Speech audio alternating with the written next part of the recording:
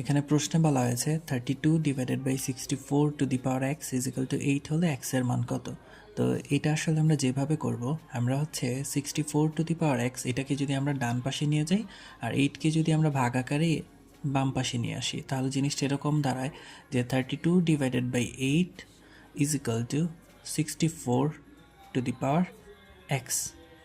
এখন আমরা যদি 32কে 8 দিয়ে ভাগ দিই তাহলে জিনিসটা চলে আসে 4।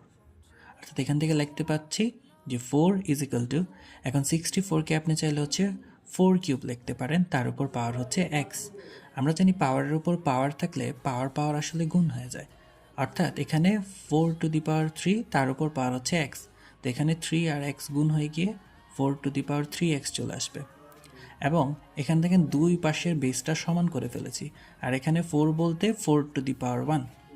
তাহলে এই যে দুই পাশের যদি বেসের মানটা সমান হয়ে যায় তাহলে পাওয়ার দ্বয়কে আমরা সমান লিখতে পারবো, অর্থাৎ 1 ইজ ইকাল টু 3x। তো এখান থেকে x এর মান চলে আসবে 1 ডিভাইডেড বাই 3। তো এখানে সঠিক উত্তর অপশন ঘ।